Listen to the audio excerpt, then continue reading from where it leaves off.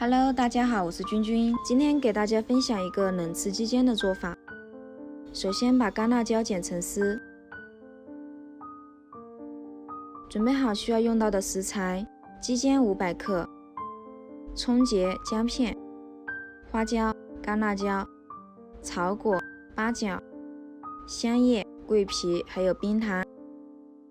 鸡尖冷水下锅，加入大葱、姜片，还有料酒，盖上锅盖焯水。焯水的鸡翅把它捞出来过凉水，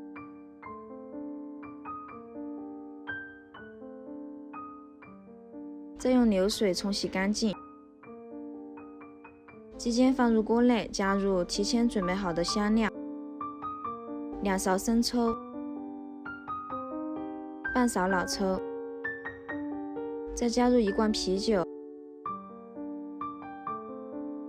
，1碗清水，盖上盖子，小火卤半个小时。时间到，哇，这时候已经很香了。卤好的鸡尖盛出备用。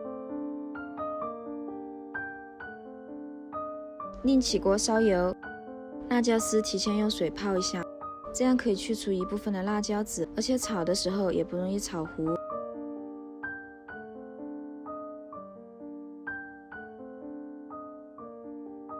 加入花椒、姜丝，在一起翻炒，把辣椒丝炒焦炒香，再放入鸡尖，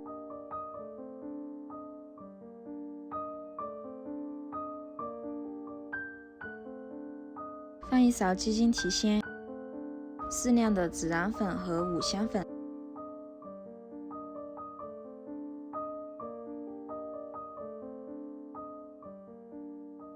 翻炒均匀，再放1勺熟芝麻，